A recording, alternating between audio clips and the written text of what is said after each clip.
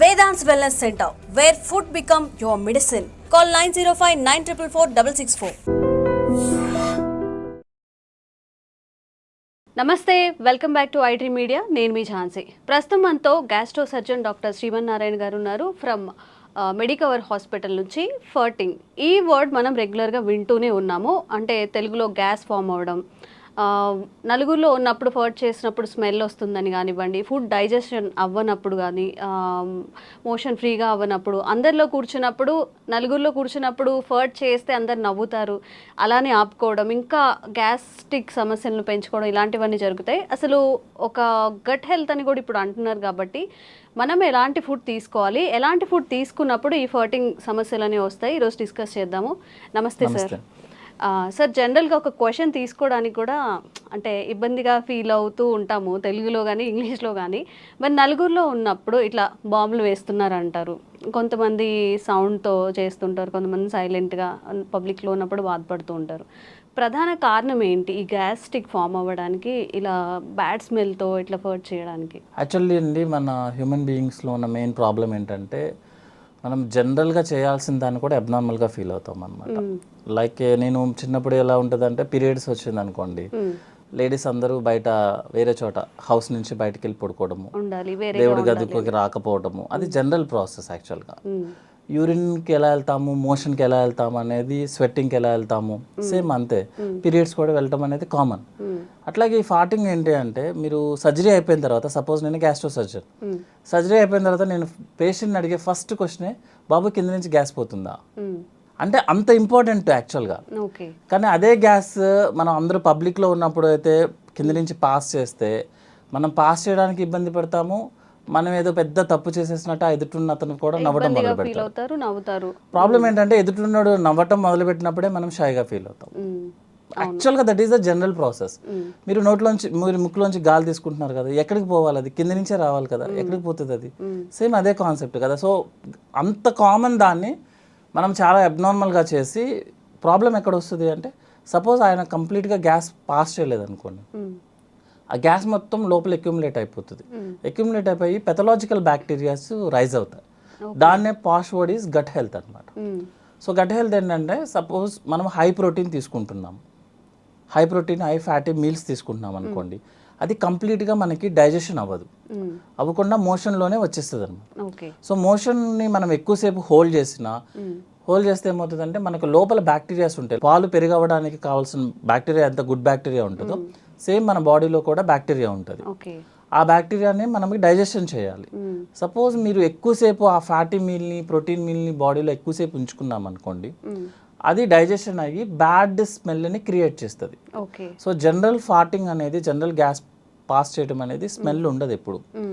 ఎక్కువగా ఇట్లా ఇబ్బంది అయ్యి, మనం పాస్ చేయడం కష్టమయ్యి, లేకపోతే బాత్రూమ్స్కి వెళ్లకుండా నెగ్లెక్ట్ చేసి, వర్క్ హడావుల్లో చాలా మంది మార్నింగ్ వెళ్లకుండా, సరే నైట్ టైం హ్యాపీగా రిలాక్స్ అయినప్పుడు వెళ్దాంలే అనుకొని నెగ్లెక్ట్ చేసిన వాళ్ళకి ఏంటంటే ఎక్కువ స్మెల్ వస్తుంది అనమాట. So but both are same. అదేమి డిసీజ్ కాదు, అదేమి తప్పేం లేదు. ఇంకొకటి ఏంటంటే, మనం జనరల్గా మంచిగా గ్యాస్ పాస్ చేస్తేనే మనకి గట్ హెల్త్ బాగుంటుంది యాక్చువల్లీ. దానికోసం మనం కొత్తగా ఏం ట్రై చేయాల్సిన అవసరం లేదు. ఇంకొకటి ఏంటంటే, మనము మోషన్ పాస్ చేయాలని ట్రై చేయొచ్చు, కానీ బై మన ఓన్ ప్రకారము మన గ్యాస్ని మనం ఓన్గా పాస్ చేయలేము. గ్యాస్ అనేది పైనుంచి మొత్తం క్లీన్ చేసుకుంటే దానికి ఆటోమేటిక్గా పాస్ అవ్వాలి తప్ప, మనం సపరేట్గా వెళ్ళి బాత్రూంలో కూర్చున్నంత మాత్రం గ్యాస్ పాస్ అవ్వదు. అంటే అంత ఇంపార్టెంట్. గుడ్ ఫుడ్ తీసుకుంటేనే ఇట్లా గ్యాస్ పాస్ చేయడం ఇలాంటివి అవుతాయి. ఎక్కువగా హై వెజిటేబుల్స్ తీసుకున్నప్పుడు, ఫైబర్ ఫుడ్ ఎక్కువ తీసుకుంటున్నప్పుడు గట్ హెల్త్ చాలా బాగుంటుంది. అది బాగున్నప్పుడు ఏంటంటే మనకి గ్యాస్ చాలా ఫ్రీగా పాస్ అవుతుంది. సపోజ్ గ్యాస్ మనకి ఫ్రీగా పాస్ అవ్వలేదు, స్మెల్ వస్తుందంటే అర్థం ఏంటంటే మనం బ్యాడ్ ఫుడ్ తీసుకుంటున్నాం.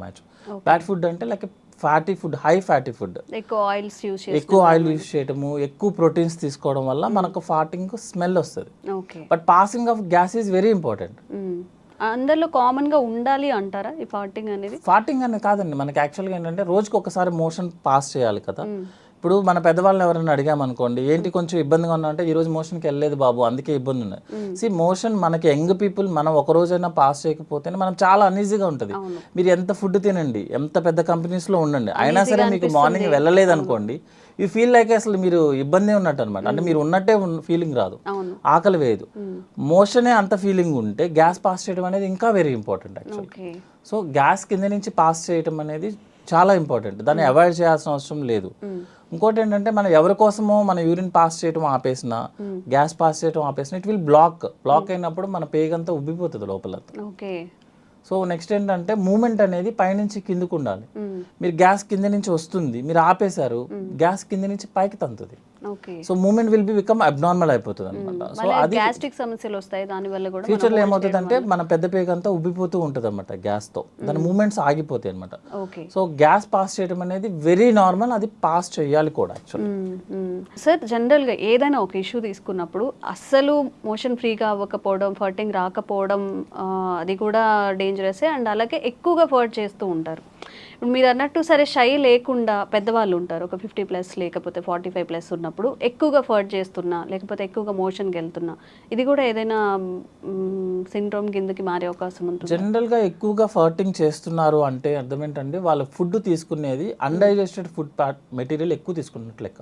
ఓకే, లైక్ కార్బోహైడ్రేట్ డ్రింక్స్ తీసుకోవడం కానీ, లేకపోతే మన protein high protein non vegetarian ఎక్కువ తీసుకోవడం కానీ, ఆయిలీ ఫుడ్ ఎక్కువ తీసుకోవడం కానీ, వెజిటేబుల్స్ తగ్గించుకోవడం కానీ జరిగితే ఏమవుతుందంటే మనకి లోపల మోషన్ బ్లాక్ అయి ఉంటుంది అనమాట. మనం ఈరోజు తిన్నాం అనుకోండి ఒక ఫుడ్ ఐటమ్ ఏదన్నా, అది 3-4 డేస్ వరకు మోషన్లో పాస్ అవుతూనే ఉంటుంది. ఓకే, మన మోషన్ మూమెంట్ ఎట్లా అంటే అండి 1 మీటర్ ముందుకు వెళ్తుంది, 1/2 మీటర్ వెనక్కి వస్తుంది యాక్చువల్గా లోపల బాడీ లోపల. సో ఈజీగా చెప్పడానికి చెప్తున్నాను అనమాట. 1 మీటర్ ముందుకు తోస్తే మోషన్ 1/2 మీటర్ వెనక్కి వెళ్తుంది. అంటే మోషన్ అనేది లోపల సర్క్యులేట్ అవుతూనే ఉంటుంది.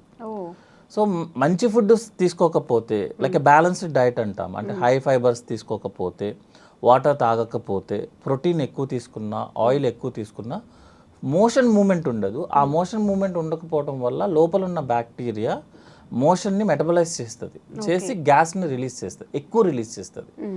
దానివల్ల ఎక్కువ ఫార్టింగ్ చేస్తున్నాడు తను. అంతేగాని అది హెల్దీ అంటారా, అది అన్హెల్దీయేనా? అది అన్హెల్దీ అండి. ఎక్కువ ఫార్టింగ్ చేయడం అనేది అన్హెల్దీ. రెగ్యులర్గా ఫార్టింగ్ చేయడం అనేది నార్మల్, హెల్దీ, వెరీ హెల్దీ. ఎందుకు ఎక్కువ సార్లు ఎందుకు పాస్ చేస్తున్నాడు అంటే this is the reason, motion లోపల బ్లాక్ ఎక్కువ అయిపోతుంది దానికన్నా. తను చెప్తాడు లేదు నేను రోజు మోషన్కి వెళ్తానని చెప్తాడు యాక్చువల్గా. అంటే మోషన్ ఎంత వెళ్తున్నారు అనేది ఎవరు చెప్పలేరు యాక్చువల్గా, ఎవరు చూసుకోవాలి. మొత్తం క్లీన్ అవ్వట్లేదు యాక్చువల్గా. అంటే ఉండాల్సిన మోషన్ అంతా క్లీన్ అవ్వట్లేదు లోపలికి, అందువల్ల గ్యాస్ ఎక్కువ పాస్ చేస్తున్నాడు, స్మెల్ కూడా వస్తుంది అనమాట. అండ్ ఒక్కొక్కరిలో అసలు ఫర్టింగ్ ఏ ఉండదు అండ్ రెగ్యులర్గా మోషన్కి వెళ్తూ ఉంటామని చెప్తున్నారు. మీరేమో డైలీ ఫర్ట్ చేస్తేనే, అంటే రెగ్యులర్గా ఫర్ట్ చేసేది హెల్దీ అని చెప్తున్నారు. మరి ఇట్లా అస్సలు ఫర్టింగ్ రాకుండా అలా కూడా? యాక్చువల్గా మేడం ఫర్టింగ్ చేయటం అనేది మన చేతుల్లో ఉండదు. ఫుడ్ అంటారా? కాదు, అంటే ఇక్కడ ఏంటంటే కింద నుంచి గ్యాస్ పోవడం అనేది మన చేతుల్లో ఉండదు. పైనుంచి ఇంటెస్టైన్ గ్యాస్ని మూమెంట్ కిందకి తీసుకొస్తేనే మనకి గ్యాస్ వస్తుంది. మీకు 40-50% పేషెంట్స్ వాళ్ళకి గ్యాస్ పాస్ చేయడం అంటే కూడా తెలియదు వాళ్ళకి. యాక్చువల్లీ వెళ్తూ ఉంటుంది, వాళ్ళకి తెలియదు. అదొకటి అంటే మోషన్ అందరూ కాన్సన్ట్రేట్ చేసేది ఏంటి, మోషన్ పాస్ చేసామా లేదా అని చూస్తారు యాక్చువల్గా. సో మనం పేషెంట్స్ వాళ్ళని క్లియర్గా అడిగామనుకోండి, ఏమన్నా మీరు కింద నుంచి గ్యాస్ పాస్ చేస్తున్నారు అనుకుని షై ఫీలింగ్తో కూడా లేదండి మాకు అలాంటివి తెలియదండి అని అంటారు. యాక్చువల్గా గ్యాస్ పాస్ అవుతూనే ఉంటుంది, అది మనం నోటీస్ చేయమంతే. ఎప్పుడు నోటీస్ చేస్తామంటే స్మెల్ వచ్చినప్పుడు, సౌండ్ వచ్చినప్పుడు యాక్చువల్గా మనం నోటీస్ చేసేది. స్మెల్ ఎక్కువ వచ్చినా, సౌండ్ ఎక్కువ వచ్చినా, ఇంకొకటి చెప్పమంటారా, మోషన్ స్మెల్ ఎక్కువ వచ్చినా కూడా ప్రాబ్లం యాక్చువల్గా. జనరల్గా చూసుకుంటే 70-80% వాళ్ళకి మోషన్ అంత స్మెల్ రాదు, కొంతమందికి మరీ చాలా ఎక్కువ స్మెల్ వస్తుంది. అర్థం ఏంటంటే లోపల మోషన్ స్టక్ అవుతుంది, అంటే రెగ్యులర్గా పాస్ అవ్వాల్సిన మోషన్ పాస్ అవ్వట్లేదు అని అర్థం. 2-3 days అలా ఉండిపోవడం వల్ల ఎక్కువ స్మెల్ వస్తుంది అనమాట. సో గ్యాస్ పాస్ చేయడం అనేది హెల్దీ, కానీ ఎక్కువ ఫార్ట్ చేయడం అనేది, ఎక్కువ స్మెల్ రావడం అనేది అన్హెల్దీ. అంటే మోషన్ బ్లాక్ అవుతుంది, అంతకుమించి వేరే ప్రాబ్లం ఏం కాదు. ఓకే. అండ్ యావరేజ్గా పర్ డేకి ఎన్నిసార్లు మోషన్కి వెళ్తే మంచిది? కొంతమంది పదే తిన్న వెంటనే ఇమీడియట్గా టిఫిన్ చేసినా, అసలు ఏమైనా తిన్నా కానీ వెంటనే మోషన్కి వెళ్ళిపోతూ ఉంటారు. ఇది కరెక్టే అంటారు? ఇది మంచిదేనా? అసలు పర్ డేకి ఎన్నిసార్లు మోషన్ అయితే మంచిది అంటారు? జనరల్గా అండి మా దాంట్లో ఫార్ములా టైప్లో ఉంటాయి అనమాట. యాక్చువల్ డెఫినేషన్ ఆఫ్ కాన్స్టిపేషన్ అన్న వర్డ్ యూజ్ చేస్తే రోజుకి ఒకసారి, లేకపోతే మినిమం 2 daysకి ఒకసారి, దట్ ఈస్ నార్మల్. ఓకే. అంటే వారంలో 3 times మోషన్ పాస్ చేయడం అనేది నార్మల్. ఒక్కసారి అలా కాకుండా కొంతమంది పేషెంట్స్ ఏంటంటే మోర్ దాన్ 2 days కనుక టైం తీసుకున్నా, లేకపోతే మోషన్ పాస్ చేయడానికి మోర్ దాన్ 5 minutes టైం తీసుకున్నా, దట్ ఈస్ కాన్స్టిపేషన్. అంతే తప్పించి రోజు వెళ్ళాల్సిన అవసరం లేదు. ఎవ్రీ ఆల్టర్నేట్ డే వెళ్ళినా దట్ ఈస్ నార్మల్గా మనం రెగ్యులర్గా చూసుకునే లెక్క అయితే. అట్లా కాకుండా ఎక్కువ సార్లు వెళ్తున్నాడు ఒక పేషెంట్, అతన్ని మనం హిస్టరీ అడగడం ఇంపార్టెంట్ అనమాట యాక్చువల్లీ. అంటే కొంతమందికి హ్యాబిట్ ఉంటుంది, జస్ట్ వెళ్ళి కూర్చుంటారు, ఏమి ఉండదు అనమాట. పర్సనల్ వర్క్ కోసమో ఫోన్ మాట్లాడుకోవడానికో వెళ్ళేసి కూర్చుంటారు, ఏం చేయరు అన్నట్టు. కొంతమంది డిసీజ్ ప్రాబ్లం ఉన్న వాళ్ళు ఏంటంటే IBS అంటాము, ఇరిటబుల్ బవల్ సిండ్రోమ్.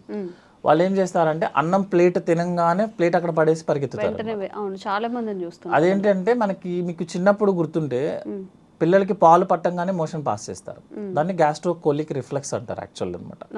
సో ఆ రిఫ్లెక్స్ మనం స్ట్రెస్లో ఉన్నా, ఎక్కువ వర్క్ టెన్షన్లో ఉన్నా, లేకపోతే సైకాట్రిక్ ప్రాబ్లమ్స్ ఉన్నా, ఎక్కువ వర్క్ స్ట్రెస్ అనమాట యాక్చువల్గా.